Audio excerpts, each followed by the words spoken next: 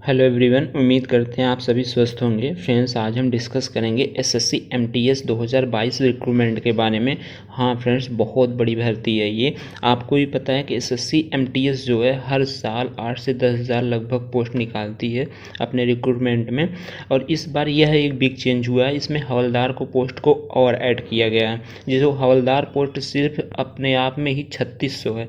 तो आप समझ सकते हैं कि ये वैकेंसी अब की बार एसएससी एमटीएस जो करा रही है 10,000 प्लस वैकेंसी होने वाली है। यह एक बहुत बड़ा वैकेंसी है। तो आप जो है फॉर्म को ज़रूर अप्लाई करिएगा। अगर हम फॉर्म डेट की स्टार्ट कब से हुआ उसके बारे में बात कर लेते हैं। तो फॉर्म डेट फ्रेंड्स हमारा जो स्टार्ट हुआ है ये 22 मार्च से स्टार्ट हुआ है 2022 से, और 30/4/2022 तक जाएगा, मतलब 30 अप्रैल तक जाएगा। ठीक है, तो आप जो है फॉर्म के लास्ट डे तक इंतज़ार मत करिएगा, क्योंकि साइड एसएससी की बहुत बिजी चलती है। तो आप कोशिश करिएगा, जैसे 22 तारीख से स्टार्ट है तो 5 अप्रैल तक आप फॉर्म को सबमिट कर लीजिएगा। अपना फीस उस कटा के सब रेडी हो जाइएगा। ऐसा नहीं है कि आप लास्ट में सोचें और फॉर्म काफ़ी ट्रैफिक हो जाता है एसएससी के साइट पे, तो क्योंकि भारी मात्रा में लोग अफियर होते हैं तो बहुत सारे प्रॉब्लम देखने को मिलते हैं। अगर हम बात कर लें एग्ज़ाम डेट की, तो exam date friends SSC MTS ने मेंशन किया है जुलाई 2022 में। तो फ्रेंड्स हमारे पास 2 से 3 महीने लगभग टाइम है। काफ़ी ज़्यादा टाइम है एसएससी एमटीएस के एग्ज़ाम को क्रैक करने में, क्योंकि ये 10th लेवल का एग्ज़ाम होता है, बहुत ज़्यादा टफ नहीं होता, इसलिए इसकी कट-ऑफ भी बहुत हाई जाती है। फ्रेंड्स आप पेशेंस रखिए, कट-ऑफ को मैं डिटेल में एनालिसिस करूँगा वीडियो के लास्ट में। पहले हम इसके बारे में जान लेते हैं, एज लिमिट जानेंगे कि इसका नोटिस कब आया और इसमें कौन कौन सी पोस्टें एलिजिबल हुई, पेपर पैटर्न कैसे हुए, इन सब के बारे में आराम से हम जानेंगे। तो पेशेंस रखिएगा, वीडियो के लास्ट तक बने रहिएगा, ज़रूर आपको बहुत आसान भाषा में समझ में आने वाला है। अगर यहीं हम बात कर लें एग्ज़ाम फ़ीस की, तो फ्रेंड्स एग्ज़ाम जो फ़ीस है इसका मात्र 100 रुपये है। एग्ज़ाम फ़ीस मात्र 100 रुपये है। ये भी जनरल ओबीसी ईडब्ल्यूएस कैंडिडेट के लिए आपको 100 रुपये पे करने पड़ेंगे। एसएससी की फ़ीस बहुत कम होती है, तो आप सभी अप्लाई करिएगा, क्योंकि यह 10th लेवल एग्ज़ाम होता है और वैकेंसी बहुत बड़ी है। मैं बार बार यही कहना चाह रहा हूँ। ठीक है, अगर बात करें वुमेन कैंडिडेट जो हैं बिलोंगिंग टू शेड्यूल कास्ट, जो SC ST से महिला वर्ग की हैं, वो बिलोंग करती हैं SC ST से, और PWS कैंडिडेट हैं, तो उनके लिए फ्रेंड्स नो फीस है। मतलब 100 रुपये जो लग रहे हैं फ़ीस, वो भी नहीं है अगर आप महिला हैं, SC ST से बिलोंग करती हैं। और उसके बाद हम बात करें, अगर आप फिजिकल जो हैं डिसेबल हैं, तो आप भी फ़ीस को पेमेंट करने की कोई ज़रूरत नहीं। आप 100 रुपये अपनी बचा सकते हैं। 50 रुपये 20 रुपये जो भी रजिस्ट्रेशन के लगते हैं, आप दे के अपना फॉर्म सबमिट कर सकते हैं। ठीक है, और इसमें देख लीजिए वैकेंसी के बारे में बात कर लेते हैं। वैकेंसी में जैसे आपने देखे होंगे कि एसएससी एमटीएस जो है एग्ज़ाम जब कंडक्ट हो जाता है, रिजल्ट आता है, उसके बाद आरटीआई के माध्यम से आपको वैकेंसी को बताता है। ठीक है, लेकिन इस समय एक बिग चेंज इसमें ये हुआ है कि जो हवलदार पोस्ट की आई है उसमें 3603 वैकेंसी है, वो उसने मेंशन कर दिया है। तो एसएससी एमटीएस अलग से वैकेंसी देता है, लेकिन इसमें हवलदार जो पोस्ट है 3600 अलग है। पिछली बार 8500 लगभग वैकेंसी थी, तो ओवरऑल मान चलिए 10 से 11 हज़ार वैकेंसी आपकी रहने वाली है। ये हमारे लिए एक बिग अपॉर्चुनिटी है। फ्रेंड्स आप भी जान रहे हैं एसएससी का प्रोसेस थोड़ा स्लो होता है, लेकिन हाँ मान लीजिए एग्ज़ाम कंडक्ट करा लेता है जुलाई में, तो 2-3 से 4 महीने लगेंगे उसे रिजल्ट देने में। आंसर की देगा, फिर रिजल्ट देगा, फिर उसके बाद 2 से 3 महीने लग जाएंगे आपके CBT 2 कराने में। ठीक है, CBT 2 मतलब in the pen paper mode होता है, तो आपको कंडक्ट कराया जाएगा। मतलब ओवरऑल 5 महीने आपको गैप देखने के मिलेंगे CBT 1 देने के बाद। ठीक है, अगर हम बात कर लेते हैं एज लिमिट की, एज लिमिट जो फ्रेंड्स आपकी काउंट होगी 1 अप्रैल 2022 से काउंट होनी चाहिए। आप 18 साल के लिए एलिजिबल हो जाइएगा 1 अप्रैल 2022 से। ठीक है, अगर हम बात करें 18 से 25 साल इसकी एज लिमिट होती है। किस डिपार्टमेंट में? MTS और हवलदार इन CBN डिपार्टमेंट में आपको जो है रेवेन्यू डिपार्टमेंट जिसे कहा जाता है, उसमें आपकी डेट जो है एज लिमिट कितनी होनी चाहिए? 1825 होनी चाहिए। अगर आप 25 साल से ऊपर भी हैं तब भी कोई बात नहीं। 18 से 27 साल का भी एक डिपार्टमेंट है हवलदार और MTS में, जो CBIC है, डिपार्ट ऑफ रेवेन्यू में ही। तो इस पोस्ट के लिए आप एलिजिबल हो जाएंगे। आप डिटेल देखेंगे, मैं नोटिफिकेशन अपने टेलीग्राम पे डाल दूंगा, उसमें कौन कौन सी पोस्ट पे कहाँ 25 साल लगेंगे, कहाँ 27 साल तक लगेंगे, तो आप देख सकते हैं। अगर हम बात कर लेते हैं एज रिलैक्सेशन से, अगर आप एज रिलैक्सेशन चाहते हैं, जैसे आप SC ST कैंडिडेट हैं तो आपको 5 साल का लगभग एज रिलैक्सेशन मिलेगा, OBC हैं तो आपको 3 साल का लगभग रिलैक्सेशन मिलने वाला है। तो काफ़ी होता है, 28 27 3 20 ऐसे हो जाएगा। अगर SC हैं तो आप 27 5 32 ऐसे हो जाएगा, तो काफ़ी साल हो जाते हैं। तो एज काफ़ी है, तो एज का आपको ज़्यादा क्राइटेरिया दिक्कत नहीं करना पड़ेगा। हाँ, फिर भी अगर आप जैसे 27 प्लस हैं तो आप एज रिलैक्सेशन OBC सर्टिफिकेट बनवाएंगे तो सेंट्रल का सर्टिफिकेट बनवा लीजिएगा, तो आपको एज रिलैक्सेशन मिल जाएगा। ठीक है, अब बात कर लेते हैं इसेंशियल क्वालिफ़िकेशन। इसकी क्वालिफ़िकेशन क्या है फ्रेंड्स, आपको भी पता है ये 10th लेवल की वैकेंसी है, जो है SSC MTS जो है ये 10th लेवल की बहुत सिंपल वैकेंसी है। SSC में सबसे जो लो पोस्ट है यही है SSC की। ठीक है, SSC MTS अगर हम बात करें तो ये 10वीं पास, आप मात्र 10 पास हों तो आपका जो है आप इस फॉर्म के लिए एलिजिबल हैं, इस वैकेंसी के लिए एलिजिबल हैं, आप अप्लाई कर सकते हैं। ठीक है, अब जो मोस्ट अवेटेड आप लोग इंतज़ार करते हैं, इसका एग्ज़ाम पैटर्न क्या होना चाहिए, स्ट्रेटजी क्या होने चाहिए, कितने क्वेश्चन आते हैं, कितने मिनट मिलते हैं, कितना टाइम मिलता है, ये सब मैं आपको अब बताने वाला हूँ। यहाँ से वीडियो बहुत आराम से देखिएगा, पॉज करके देखिएगा, एक बार समझ लीजिए सिलेबस क्या है, पैटर्न क्या है, स्ट्रेटजी कैसे हमें बनाना है। तो आप एक बार एक एक पॉइंट को डिटेल समझिएगा जो मैं कहने वाला हूँ। ठीक है, तो इसमें हम बात कर लेते हैं। जैसे हमारा बात करें इसमें देखिए CBT 1 मतलब पेपर जो है कंप्यूटर बेस्ड टेस्ट होता है, पेपर 1 की हम बात कर रहे हैं। जैसे इसमें इंग्लिश जो होता है फ्रेंड्स, हम बात कर रहे हैं 25 क्वेश्चन आते हैं, 25 मार्क्स के आते हैं। वहीं हम बात करते हैं रीजनिंग की बात करते हैं, ये भी 25 क्वेश्चन 25 मार्क्स से आते हैं। और मैथ की बात करते हैं फ्रेंड्स तो ये भी 25 क्वेश्चन 25 मार्क्स से आते हैं। और GS की बात करते हैं तो ये भी 25 क्वेश्चन 25 मार्क्स के आते हैं। टोटल हमारा जो टाइम मिलता है, टोटल टाइम हमारा 90 मिनट मिलता है। कितना मिलता है? 90 मिनट मिलता है। अगर आप फिजिकली अनफिट हैं, फिजिकली डिसेबल हैं तो आपको 120 मिनट दिया जाता है। ठीक है, जो और हम बात कर लें इसमें पेन पेपर मोड कैसा होता है कि इसमें जैसे हम क्राइटेरिया की बात कर लेते हैं तो क्राइटेरिया हमारा क्या है, जो है ऑब्जेक्टिव टाइप क्वेश्चन होगा, MCQ बेस्ड आएगा, हिंदी इंग्लिश दोनों लैंग्वेज में होगा, तो आप भी जानते हैं। और फिर उसके बाद हम बात करें कि इसमें निगेटिव मार्किंग कितनी होती है, इसमें निगेटिव मार्किंग 1/4 होती है, मतलब 0.25 मार्क्स आपके डिडक्ट कर लिए जाएंगे। अगर आप चार गलत करते हैं तो एक क्वेश्चन आपका एक नंबर चले जाएंगे। ठीक है, आप याद रखिएगा।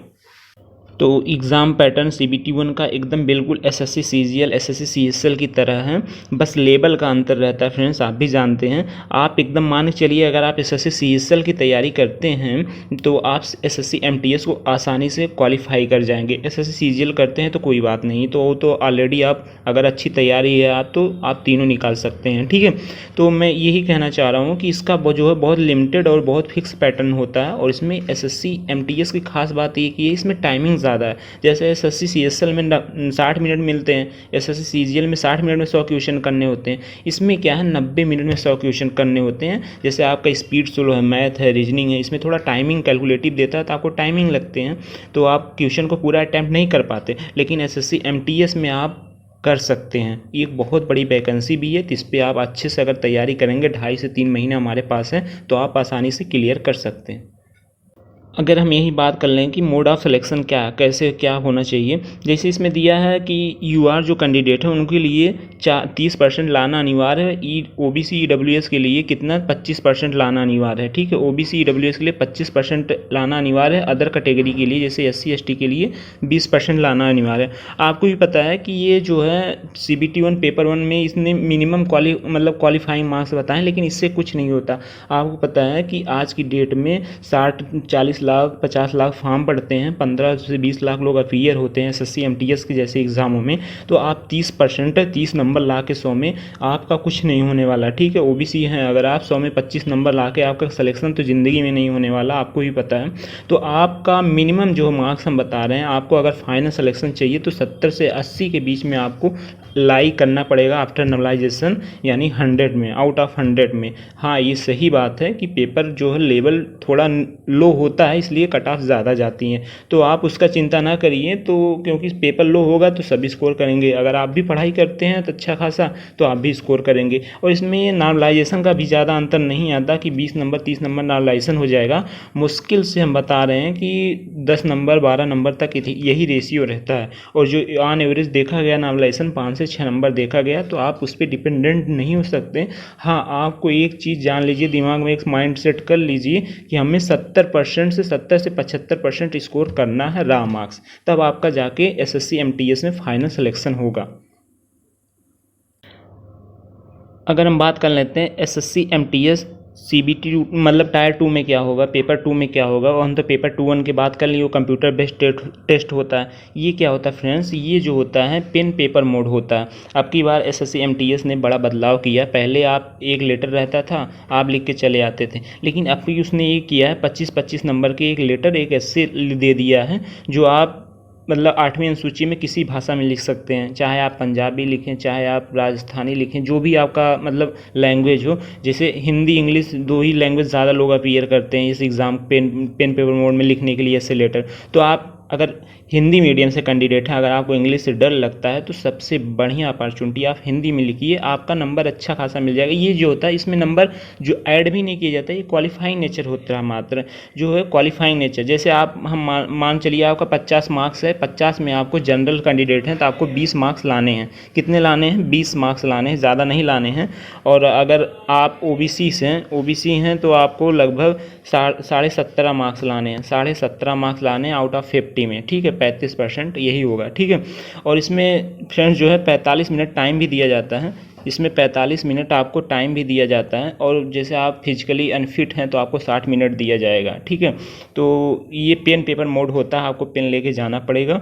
और हाँ, ये सिर्फ जो है वैकेंसी जो ये पेपर है, पेपर 2 की हम बात कर रहे हैं, एसएससी एमटीएस के लिए, हवलदार के लिए नहीं। अगर आप हवलदार के लिए अप्लाई करते हैं उसमें फ्रेंड्स फिजिकल एफिशिएंसी टेस्ट है, यानी फिजिकल आपको देना पड़ेगा, पेपर 2 नहीं देना पड़ेगा। ये भी बहुत बड़ी बात है, ठीक है। अगर आपको जैसे पेपर 1 आप क्लियर कर लिए, हवलदार के लिए मतलब आप एलिजिबल हो गए, आप कट ऑफ को क्वालिफाई कर लिए, हवलदार का जो कट ऑफ है, तो उसके बाद आपको पेपर 2 नहीं देना पड़ेगा। ये बहुत अच्छा है कि ऐसा नहीं है कि आप पेपर 1 पेपर 2 दीजिए फिर उसके बाद फिजिकल दीजिए। तो ये सिर्फ पेपर 2 जो है एसएससी एमटीएस के लिए है। और हवलदार के लिए जो फ्रेंड्स हम बता रहे हैं, हवलदार के लिए फिजिकल देना पड़ेगा, आपको पेपर 2 नहीं देना पड़ेगा। और वहीं हम बात कर लेते हैं हवलदार के लिए फ़िजिकल इफ़िशियंसी टेस्ट क्या होना चाहिए, फ़िजिकल क्राइटेरिया क्या होना चाहिए। इसमें फ्रेंड्स बहुत आसान सा फिजिकल है, कोई भी कर सकता है। अगर आप फिजिकली अनफिट नहीं हैं तो आप आराम से कर सकते हैं। जैसे इसमें देखिए वॉकिंग दिया है 1600 मीटर इन 15 मिनट, 1600 मीटर इन 15 मिनट। आप बताइए कि जैसे एयरफोर्स की वैकेंसी होती है और सब जितने भी फोर्सेस की लगभग वैकेंसी होती है, 1600 मीटर आपको 6.5 मिनट में दौड़ना रहता है, वो टफ माना जाता है एक तरीके से। लेकिन यहाँ देखिए ये 1600 मीटर 15 मिनट में आप आसानी से चलेंगे ना, तब भी आप क्राइटेरिया को क्वालिफाई कर जाएंगे। और यहीं हम बात कर लेते हैं फीमेल की। जैसे फीमेल हैं, फीमेल कैंडिडेट हैं, उनको 1 किलोमीटर इन 20 मिनट में चलना रहेगा, ठीक है। तो आप भी जानते हैं अगर फीमेल कैंडिडेट हैं तो बहुत ज़्यादा आसान से आप जा सकते हैं। पूछो कैसे? आप 1 किलोमीटर नॉर्मली देखोगे आप 12 से 15 मिनट में आसानी से पहुँच जाएंगे, अगर हल्का सी स्पीड बढ़ाएंगे चलने का। तो ये 20 मिनट है, काफ़ी टाइमिंग है। तो हमारे समझ से फिजिकल जो एफिशिएंसी टेस्ट है सिर्फ आपको फिजिकल एबिलिटी चेक करने के लिए हैं, कि ये नहीं कि बहुत ज़्यादा फास्ट, बहुत ज़्यादा स्वस्थ हों तभी आप फिजिकल के लिए, हवलदार के लिए अप्लाई कर पाएंगे, ऐसा नहीं है। फिर उसके बाद इन्होंने साइकिलिंग चलाए हैं। साइकिलिंग फ्रेंड्स जो 8 किलोमीटर आधे घंटे में चलाए हैं, मतलब 30 मिनट, 8 किलोमीटर आपको साइकिलिंग चलाना है आधे घंटे में, ये भी कोई बहुत बड़ी बात नहीं है। तो आप सब कोचिंग भी जाते होंगे तो आप 5 किलोमीटर 8 किलोमीटर तो आप 20 मिनट 15 मिनट में ऐसे पहुँच जाते होंगे साइकिल चला के। तो यहाँ फ्रेंड्स 30 मिनट है, तो ये एक तरीके से मजाक किया गया है। सिर्फ आपको एक फिजिकल फिट देख रहे हैं कि आप हाँ कहीं फिजिकली डिसेबल तो नहीं है, बस आप विकलांग तो नहीं है, यही वो देखना चाहते थे। और यहीं फीमेल कैंडिडेट के लिए बात कर लेते हैं तो 3 किलोमीटर इन 25 मिनट में आपको दौड़ना रहेगा, मतलब साइकिल चलाना रहेगा, कोई दिक्कत नहीं रहेगी, बहुत आसान से हो जाएगा। अगर हम यहीं हाइट की बात कर लेते हैं फ्रेंड्स, अगर आप हवलदार के लिए अप्लाई कर रहे हैं तो आपकी हाइट कितनी होनी चाहिए, सीबीआईसी और सीबीएन में आपको जो क्राइटेरिया उसको कैसे फॉलो करेगा। जैसे आप मेल कैंडिडेट हैं तो मेल कैंडिडेट के लिए फ्रेंड्स क्या है, हाइट आपकी जो होनी चाहिए 157.5 सेंटीमीटर होनी चाहिए। उसमें एज रिलैक्सेशन भी, मतलब ये किया हाइट रिलैक्सेशन भी है 5 सेंटीमीटर का। जैसे आप गढ़वाल रीजन से बिलोंग करते हैं, जैसे आप बात करते गोरखा अगर रीजन गोरखा से हैं तो उससे आप बिलोंग करते हैं, आप शेड्यूल ट्राइब से हैं तो शेड्यूल ट्राइब का मेंबर है उससे बिलोंग करते हैं तो आपको 5 सेंटीमीटर का छूट भी है। और देखिए हम बात कर रहे हैं एससी का, जो एससी जैसे जनरल हो गया, ओबीसी हो गया, ईडब्ल्यूएस हो गया, इसकी हाइट अगर हम बात कर रहे हैं तो 157.5 सेंटीमीटर, बहुत ज़्यादा लंबाई नहीं होता, आसानी से लगभग मेल कैंडिडेट में जनरली पाया जाता है। तो आप सभी भी अप्लाई कर सकते हैं, ऐसा नहीं है इस फॉर्म को मत डालिएगा। आप हाइट है रहेगी आपकी, इतना कंफर्म है कि इतना हाइट नॉर्मली बच्चों को पढ़ने वाले को रहती है, तो आप कर सकते हैं। ठीक है, तो आप अप्लाई ज़रूर करिएगा इस फॉर्म को। अगर वहीं हम चेस्ट की बात कर लेते हैं तो देखिए चेस्ट में जो है इन्होंने क्या किया है, 76 सेंटीमीटर आपका होना चाहिए मिनिमम, और उसके बाद 5 सेंटीमीटर आपका एक्सपेंशन होना चाहिए, आप फुलाएँ 5 सेंटीमीटर। अगर आपका मिनिमम 76 सेंटीमीटर मतलब चौड़ाई है तो 5 सेंटीमीटर आपको फुलाना पड़ेगा। अगर हम बात कर लेते हैं यही फीमेल कैंडिडेट की, फीमेल कैंडिडेट में क्या क्राइटेरिया रखा गया है, तो फीमेल कैंडिडेट में जो है 152 सेंटीमीटर होना चाहिए, जो हाइट आपकी होनी चाहिए 152 सेंटीमीटर होना चाहिए। और जिसमें है कि आपको 2.5 सेंटीमीटर लगभग एज मतलब हाइट रिलैक्सेशन भी मिलेगा अगर वही आप मेंबर आप शेड्यूल ट्राइब्स हैं और गोरखा से बिलोंग करते हैं, आप गढ़वाल रीजन से बिलोंग करते हैं तो आपको 2.5 सेंटीमीटर के फीमेल कैंडिडेट में आपको छूट भी मिलने वाली है। तो ओवरऑल देखा जाए आपका 152 सेंटीमीटर जो है जनरल, ओबीसी, ईडब्ल्यूएस, एससी के लिए आप एलिजिबल हैं अगर आपको 152 सेंटीमीटर हाइट है। अगर हम वेट की बात कर लेते हैं, वही देखिए मेल में कोई वेट का मतलब इशू नहीं किया गया है, लेकिन गर्ल्स में किया गया है। आपको 48 केजी का होना ज़रूरी है। ठीक है, 48 केजी आप रहना चाहिए। ठीक है, इसमें 2 केजी का रिलैक्सेशन मिल जाता है। फिर वही आपकी अगर मेंबर आप शेड्यूल ट्राइब्स है, गढ़वाल रीजन से बिलोंग करते हैं, गोरखा रीजन से बिलोंग करते हैं तो आपको 2 किलो का मतलब जो है छूट भी मिल जाएगा। ठीक, ओवरऑल देखा जाए तो बहुत ज़्यादा क्राइटेरिया आसान है ये। और जैसे पुलिस के फिजिकल होते हैं, सीपीओ के फिजिकल होते हैं, पहला मिलिट्री, एसएससी, जीडी के फिजिकल होते हैं, एज कंपेरिजन उसके बहुत आसान है। तो इसके लिए आप टेंशन ना लीजिएगा, मेहनत से पढ़ाई करिए, दौड़ने की कोई ज़रूरत नहीं। फिजिकल आप वैसे जाके क्लियर कर जाएंगे अगर आपका पेपर रहेगा। ठीक है, साइकिलिंग तो सभी लगभग चलाना जानते हैं, कोई साइकिल कोई बड़ी बात नहीं होती है। तो मेहनत से आप पढ़ाई करिए, 2.5 से 3 महीने आपके पास सिर्फ हैं। अगर आपका नंबर अच्छा खासा CBT 1 में स्कोर हो गया, 70 से 80 नंबर आपका अगर स्कोर हो जा रहा है तो आप एक मान चलिए कि आप 70 से प्लस अगर रॉ मार्क्स ला रहे हैं ना तो आपका फाइनल सिलेक्शन कोई नहीं रोक सकता, क्योंकि अब की बार वैकेंसियाँ जो हैं बहुत बड़ी होने वाली हैं। इसमें एक आप भी जानते हैं, एक पोस्ट हवलदार जो है इन्होंने 3600 पोस्ट पहले ही ऐड कर दिया है। और एसएससी जो है मिनिमम से 8 से 10,000 वैकेंसी हर साल निकालती है, एसएससी एमटीएस। और एक बार आप लोगों का बहुत ज़्यादा डिमांडेबल रहता है कि सर इसकी सैलरी क्या होनी चाहिए, इसका स्कोप क्या होना चाहिए, जॉब प्रोफाइल कैसी होनी चाहिए, तो इन सब के बारे में बता देते हैं। सैलरी जैसे बहुत आप लोग इच्छुक रहते हैं कि कोई भी पोस्ट अप्लाई करते हैं कि हमें मिलेगी, पैसा कितना मिलेगा, हम कितना पैसा कमाएंगे एसएससी एमटीएस बन के। तो आप भी जानते हैं कि अगर आप दिल्ली रीजन में, अगर आपका एचआरए ठीक लग रहा है, मैं दिल्ली एक सिटी की बता रहा हूँ, 30 से 35,000 रुपये आपकी सैलरी रहने वाली है। फ्रेंड्स, एक 10th लेवल की जॉब है, ये बहुत अच्छी खासी जॉब है और आसानी से आप निकाल भी सकते हैं। तो 30 से 35,000 रुपये कम नहीं होते, एक अच्छा खासा सर्वाइव के लिए पैसा ठीक ठाक है। ठीक है, आप भी जान रहे हैं इस बेरोजगारी के आलम में अगर 30 से 35,000 रुपये आप कमाते हैं तो बहुत अच्छी बात है, वो भी एसएससी के। और इसमें प्रमोशन आगे जाने की स्कोप बहुत ज़्यादा है। जैसे प्रमोशन की बात करते हैं, 3 साल बाद आप प्रमोशन ले सकते हैं। इसमें जीएसए पोस्ट पे आप चले जाएंगे, जूनियर स्टैटिकल असिस्टेंट के चले जाएंगे, एलडीसी एक तरीके से, मतलब सीएसएल पे एक तरीके से चले जाएंगे।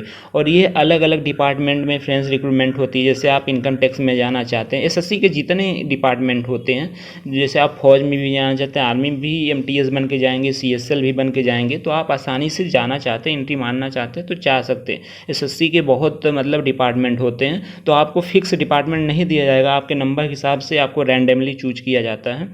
ठीक है, तो और हम बात करेंगे अब कट ऑफ की। बहुत लोग कट ऑफ सोच रहे हैं कट ऑफ कितनी गई थी, कितनी जाएगी, तो हम टॉप 5 स्टेट की कट ऑफ को हम डिस्कस करेंगे।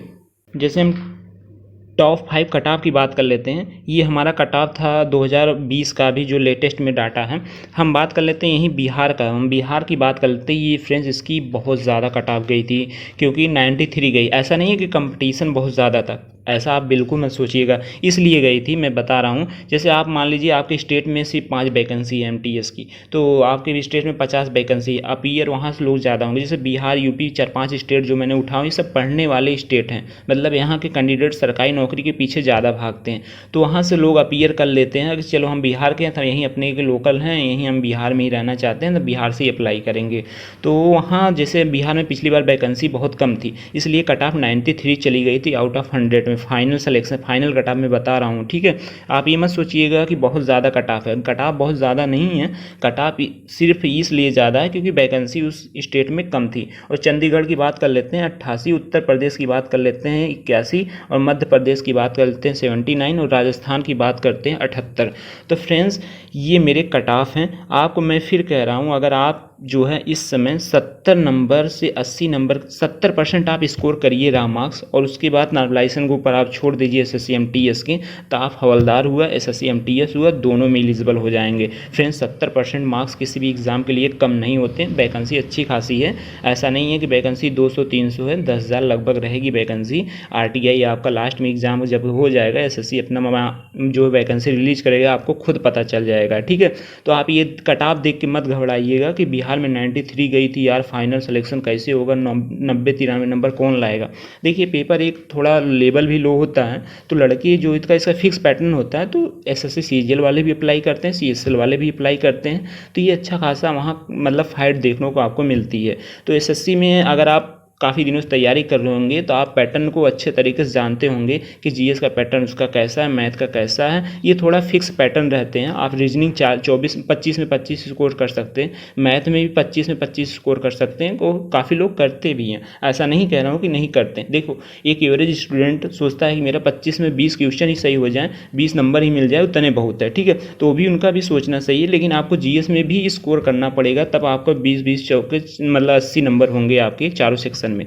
अगर आप मैथ और रीजनिंग में अच्छा खासा स्कोर कर ले जाते हैं इंग्लिश में, तो आप अच्छे खासे मतलब, तो वहाँ आपको जीएस अगर टफ आया, आसान आया, तो आप अच्छे से उसमें कंप्लीट कर जाएंगे, तो आपको ज़्यादा दिक्कत नहीं आने वाली। तो इस कट ऑफ को लेकर आप परेशान बिल्कुल मत होइएगा। मैं फिर कह रहा हूँ कि आप 70% स्कोर करिएगा रहा मार्क्स, आपका फाइनल सिलेक्शन एसएससी एमटीएस में अब की बार हो जाएगा, क्योंकि इसमें हवलदार भी पोस्ट भी ऐड किया गया। तो फ्रेंड्स ये था ओवरऑल मेरा व्यू एसएससी एमटीएस 2022 की वैकेंसी पर। अगर आपको अच्छा लगा हो कि एनालिसिस मैंने अच्छा किया हूँ, देखिए मैं अभी जो हूँ नया यूट्यूबर हूँ, कोई ऐसा झूठ बोलने की नहीं, मेरे पास बहुत सब्सक्राइबर हैं। अगर आपको कंटेंट अच्छा लगा हो, मैं अगर समझा भी अच्छा पाता हूँ, तो वीडियो को प्लीज़ लाइक शेयर ज़रूर करिएगा। मेरा चैनल का नाम आप जानते होंगे, एग्ज़ामशिला है, आप सर्च करेंगे यूट्यूब पर आ जाएगा आपको। चैनल को सब्सक्राइब करिएगा और लोगों को पास भेजिएगा, क्योंकि उनको भी हेल्प मिल जाएगी। तो आपको दोस्तों हों चाहे जो भी हो, रिलेटिव हों, उनके पास भेजिएगा। अच्छा खासा अगर मैं समझाया हूँ, आपको वीडियो अगर पसंद आया हो, तो उनको ज़रूर भी पसंद आएगा। तो जय हिंद, जय भारत। आप पढ़ते रहिए, मेहनत करते रहिए, और एसएससी अब की बात बहुत बड़ी अपॉर्चुनिटी दिया है। आप पे लगातार एग्ज़ाम है, सीजीएल हुआ, सीएसएल हुआ, एमटीएस हुआ, तो आप धैर्य बनाए रखिए और करिए। हाँ थोड़ा प्रोसेस स्लो होता है, लेकिन आपको सफलता ज़रूर दिलाएगा। तो गुड मॉर्निंग, बने रहिए सब लोग चैनल के साथ। जय हिंद।